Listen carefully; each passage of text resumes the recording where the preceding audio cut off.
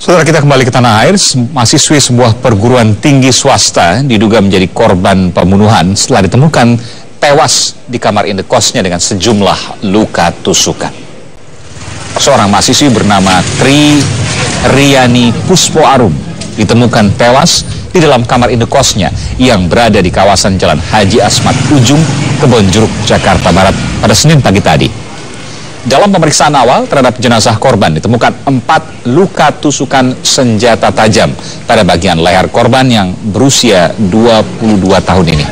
Petugas dari Polres Jakarta Barat serta Polda Metro Jaya langsung melakukan identifikasi di dalam kamar indekos korban yang baru ditempati selama 2 bulan. Jenazah korban saat ini sudah dibawa ke Rumah Sakit Cipto Mangunkusumo, Jakarta untuk diotopsi. Kasus ini sendiri tengah ditangani oleh Polres Metro Jakarta Barat. Warga mengatakan korban baru sekitar 2 bulan menempati kamar indekosnya saat ini. Jalan 2 bulan. Itu kejadian pas penemunya siapa? Anaknya si itu, anaknya Nita, namanya Nita. Temennya Arum. Udah gitu doang. Dibawa. Langsung udah dia udah kesungkur, udah berdarah-darah. Terus lalu mesti udah ke Siloam, sampai cowoknya itu yang bawa berdua. Udah. Cowoknya si Arum. Pakai mobilnya mobil kantor. Tapi sering ada orang datang nggak? Saya kurang tahu. Soalnya kan tertutup dia. Cuma temennya nyita doang berdua udah. Tapi emang dia baru ya? Baru. kerjanya di mana? Ruko. Ini Esa Unggul. Kuliahnya. Polisi sempat mengerahkan anjing pelacak dari Direktorat Sabara untuk mencari keberadaan terduga pelaku yang kemungkinan masih berada di dekat lokasi. Anjing pelacak yang dibawa polisi sempat dibawa ke kamar korban dan sejumlah titik lokasi di rumah indekos yang ditinggali oleh korban. Polisi sendiri sudah memeriksa lokasi tempat kejadian perkara untuk bahan penyelidikan dalam kasus ini yang hingga saat ini masih misterius. Cari. Perkembangan penanganan dugaan kasus pembunuhan seorang mahasiswi di kawasan Kebonjeruk, Jakarta Barat. Kita sudah bersama dengan jurnalis Kompas TV, Maria Anneke. Maria, apa yang sesungguhnya melatar belakangi kasus ini? Anda bisa mendapatkan informasi dari sana, apa yang Anda cermati?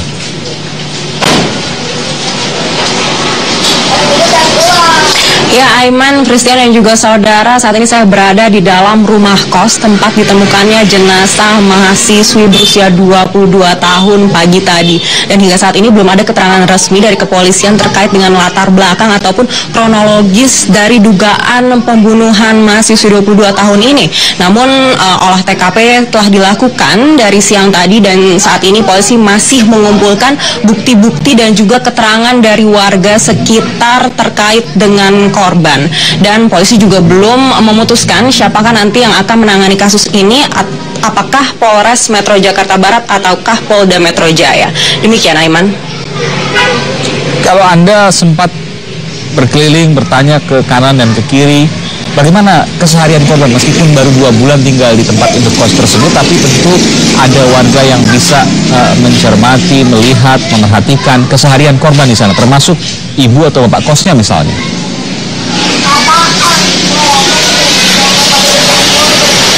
Ya, Aiman dan saudara, memang korban baru menempati rumah kos ini selama 2 bulan, sehingga tidak begitu banyak warga yang mengenali korban secara keseharian. Namun berdasarkan keterangan yang tadi sempat kami dapatkan, ada seorang warga yang sempat melihat hal janggal, yaitu sebuah mobil yang sempat terparkir pagi tadi, mobil berjenis minibus Avanza atau Mobilio berwarna abu-abu yang terparkir pagi tadi di depan rumah kos korban.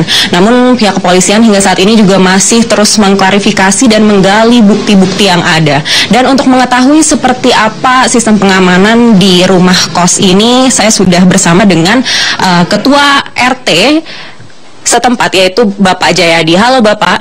Halo. Bapak boleh dijelaskan, apakah Bapak mengenal siapa-siapa saja penghuni rumah kos di tempat ini? Kalau saya tidak mengenal penghuni di kos ini sih, karena penghuninya belum ada yang lapor ke saya. Kalau untuk korban Tri Riani sendiri, apakah Bapak pernah melihat korban ketika masih hidup? Belum pernah sih, belum pernah kenal siapa yang bentuknya bagaimana gitu orangnya. Sebenarnya seperti apa sih Pak proses pengamanan di sekitar tempat rumah kos ini? Apakah ketika ada orang yang baru datang harus dilaporkan ke RT setempat atau seperti apa? Ya mestinya 1 kali 24 jam kan tamu wajib lapor.